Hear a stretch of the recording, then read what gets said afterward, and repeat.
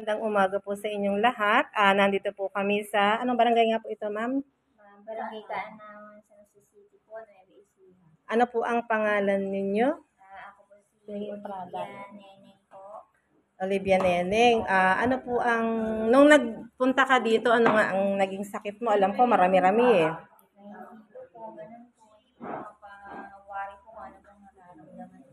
Oo. Tapos, ang nakita sa'yo, nung nag-QRMA tayo, may nakita sa'yo na bacteria doon sa colon mo, di ba? Tapos, yung cholesterol mo, high na din, di ba? May fatty livers ka na rin. Mataas ang uric acid mo. Ano pa ba yung mga nakita sa'yo ni Doc? Yung ano mo sa, yung ano mo, yung tawag dito, sa yung insulin mo, mababa, di ba? Mababa masyado yung insulin mo. And then ngayon, nag-starter ka package ka po, di po ba? Bumili ka po nitong produkto ng ng Good Works Health and Wellness. Ano nga po yung pinainom namin sa iyo, ma'am? Ito po, una ko pong iniinom itong Yung Activate Zinc. Oo. At saka po Herbs. Bitter Herbs pa. Ganun nga pa, pataas nga po, ma'am. Yan pong dalawang yan yung ininom ni Ma'am Olivia. So far, naka 1 day ka na rin na umiinom, ano? Nung unang makita kita, talagang akala mo tutumba ka na eh. Diba? Tapos ngayon, naka 1 day ka uminom, ano yung naramdaman mong una? Yung process?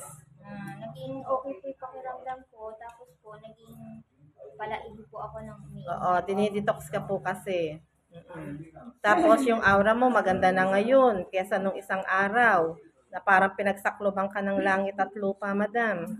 Ngayon natutuwa naman po ako kasi nakita ko na ang ganda ng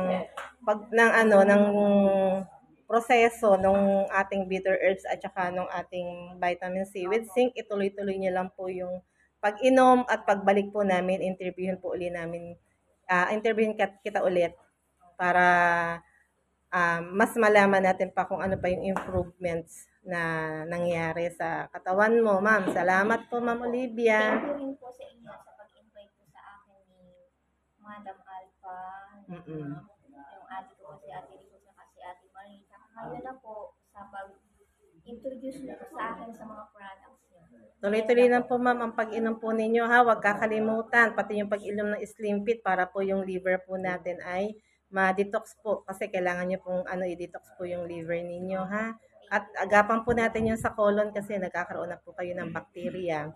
Okay, thank you. Good morning. Good morning po sa lahat at sa magiging viewer. Thank you.